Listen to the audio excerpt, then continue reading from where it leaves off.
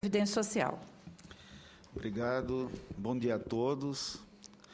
Gostaria de saudar a senadora Ana Rita e, em seu nome, os demais membros dessa mesa, além de agradecer à Comissão de Direitos Humanos pelo convite, aproveitar também e fazer a saudação ao senador Paim, grande expoente aqui do Senado Federal em diversos temas ligados à área de trabalho e previdência. Bom, entrando rapidamente no tema, eu vou falar aqui mais sobre a questão previdenciária, e a Tânia, como a outra representante do governo federal aqui nessa mesa, falará sobre a questão trabalhista.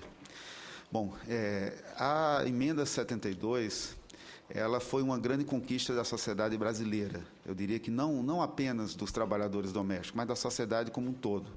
Era algo que há muito tempo nos entristecia, e eu acho que até pesava negativamente contra o Brasil, ter um tratamento que a nossa Constituição, nossa lei maior, dava diferenciado ao trabalhador doméstico. Isso aí, acho que já tivemos várias discussões aqui no Congresso Nacional, vem de resquícios ainda da escravatura, que há mais de um século já foi expurgada do país, mas que ainda tinha resquícios, ainda tem resquícios no trabalho doméstico. Então, agora nós temos que dar o passo seguinte, que é tornar isso real, e essa é a discussão que nós estamos no momento. A realidade mostrada pela Pesquisa Nacional por Amostra de Domicílios do IBGE é uma realidade muito triste. Pouco mais de um terço dos trabalhadores domésticos, para ser mais preciso, 36,3%, tem proteção previdenciária. E se nós segmentarmos em dois grandes grupos, os mensalistas e os diaristas, olhando para os diaristas, a realidade é ainda pior. Nos mensalistas, em torno de 40% tem proteção previdenciária, nos diaristas apenas 26%, ou seja, pouco mais de um quarto. Então, é uma realidade triste que, além de ter um trabalho discriminado, com condições diferentes dos demais trabalhadores, nos seus momentos de necessidade, como velhice, a maternidade, a doença, ainda a grande maioria não tem proteção previdenciária. Então, isso sempre foi algo que nos preocupou muito e acreditamos que estamos no caminho para melhorar essa situação. Então, várias iniciativas têm sido feitas nos últimos anos para aumentar a proteção previdenciária do trabalhador brasileiro. Nós saltamos aí nos últimos 10 anos de um patamar de proteção na casa de 61% para 71% em 2011, e a nossa meta é chegarmos a 77% dos trabalhadores como um todo com proteção previdenciária até 2015. E, sem dúvida, o trabalho doméstico, juntamente com os empreendedores individuais, são os dois grupos onde há menor proteção e são nossos públicos prioritários. Então, é um desafio grande garantir a proteção ao trabalhador doméstico. E analisando quais as razões dessa proteção tão baixa, eu acho que, em grande parte, se deve a nós não termos um mecanismo adequado para garantir que o trabalhador doméstico tenha os seus direitos cumpridos pelos seus empregadores. Normalmente se imagina que o maior problema da informalidade no trabalho doméstico é o custo da contribuição previdenciária. Mas, se nós olharmos, por exemplo, a renda do trabalho doméstico, daqueles que não têm a proteção previdenciária, que são quase 2/3 do total, 40% ganham até meio salário mínimo, ou seja, é um trabalho semi-escravo. Quase 30% ganham entre meio e um salário mínimo, ou seja, aproximadamente 70% dos trabalhadores domésticos que não têm proteção previdenciária ganham menos de um salário mínimo. Então, nós temos um grande desafio de garantir que essas pessoas tenham um salário digno, ganham no mínimo o salário mínimo, que é garantido pela nossa Constituição. Então, a contribuição previdenciária, sem dúvida, é um peso, mas, antes disso, está a garantir, pelo menos, o salário. Daí, um dos pontos que nós temos uma objeção em relação ao projeto que está tramitando aqui no Senado, uma relatoria do senador Jucá, é a redução da contribuição patronal de 12 para 8. Porque, na verdade, ele reduz de 12 para 8,8, porque ele cria uma contribuição de 0,8%, né, do seguro acidente de trabalho.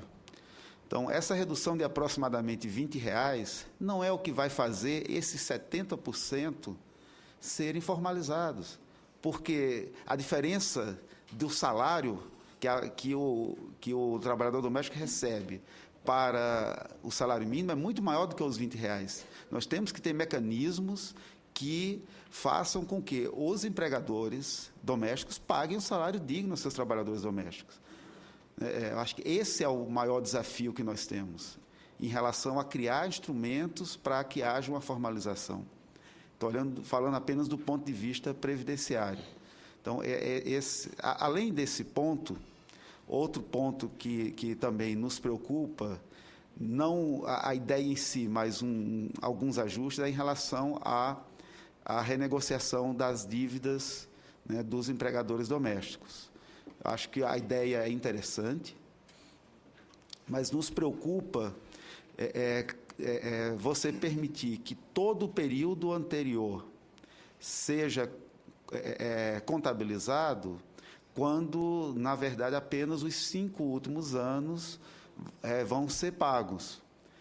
Então, você pode estar criando aí um incentivo, né, à fraude, a um benefício inadequado àquele empregador doméstico que nunca assinou a carteira do seu empregado.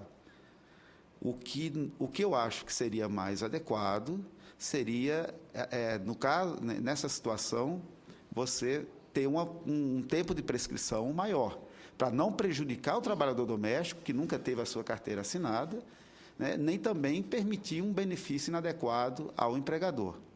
Uma outra alternativa seria contar, para efeitos de tempo de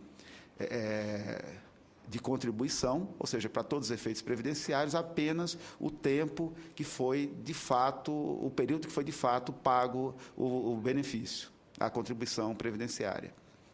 Então, essa seria uma das duas alternativas. Eu prefiro a primeira, porque ela não prejudica o trabalhador doméstico. Eu diria que esses são os 2 pontos mais relevantes no substitutivo aprovado, fora alguns outros pontos, eu diria, mais técnicos, que não têm conteúdo de fundo maior. Lembro que, no que diz respeito à Previdência Social, a regulamentação ela traz o benefício, né, do salário família, um benefício extremamente justo, que os demais empregados já tinham e o empregado doméstico não tinha direito.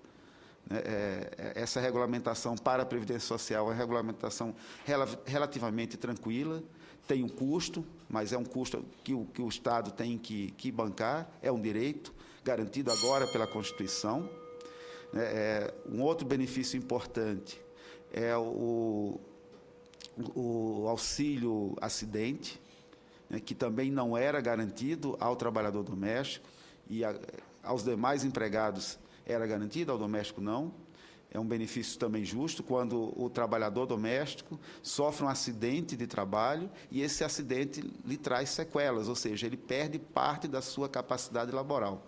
Então, ele recebe um benefício até se aposentar ou até recuperar integralmente a sua capacidade laboral.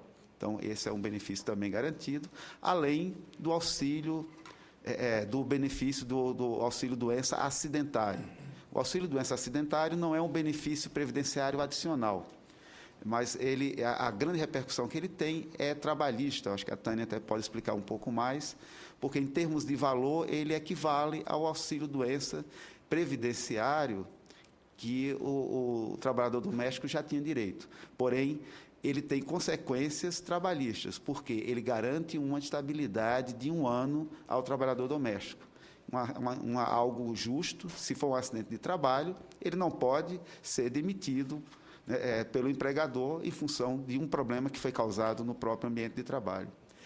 Então, senadora, em linhas gerais, né,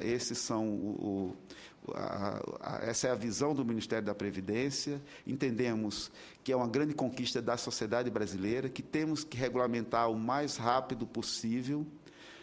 Em linhas gerais, o projeto ele traz grandes avanços. Temos algumas observações técnicas que passamos, né, para a Casa Civil, que está coordenando a discussão do governo federal.